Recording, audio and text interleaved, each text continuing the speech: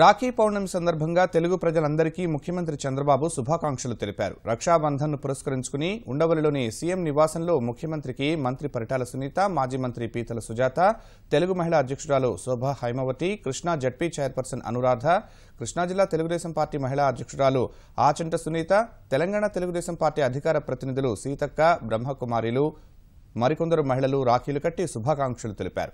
రాఖీ పండుగ మమతానురాగాలకు, ప్రేమానుబంధాలకు నిదర్శనమన్న సీఎం ఆడబిడ్డలకు రాష్ట్ర ప్రభుత్వం రక్షా కవచంలా ఉంటుందని తెలిపారు.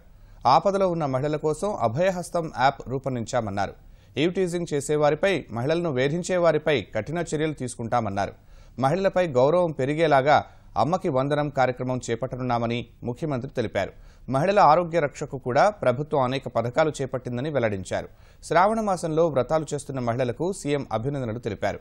రైతులకు శ్రావణ పౌర్ణమి శుభ సమయమని, పంటలు బాగా పండాలని, సిరులు కురిపించాలని నేలతల్లికి పూజ చేసి నాట్లు వేసే సమయం కూడా ఇదేనని తెలిపారు.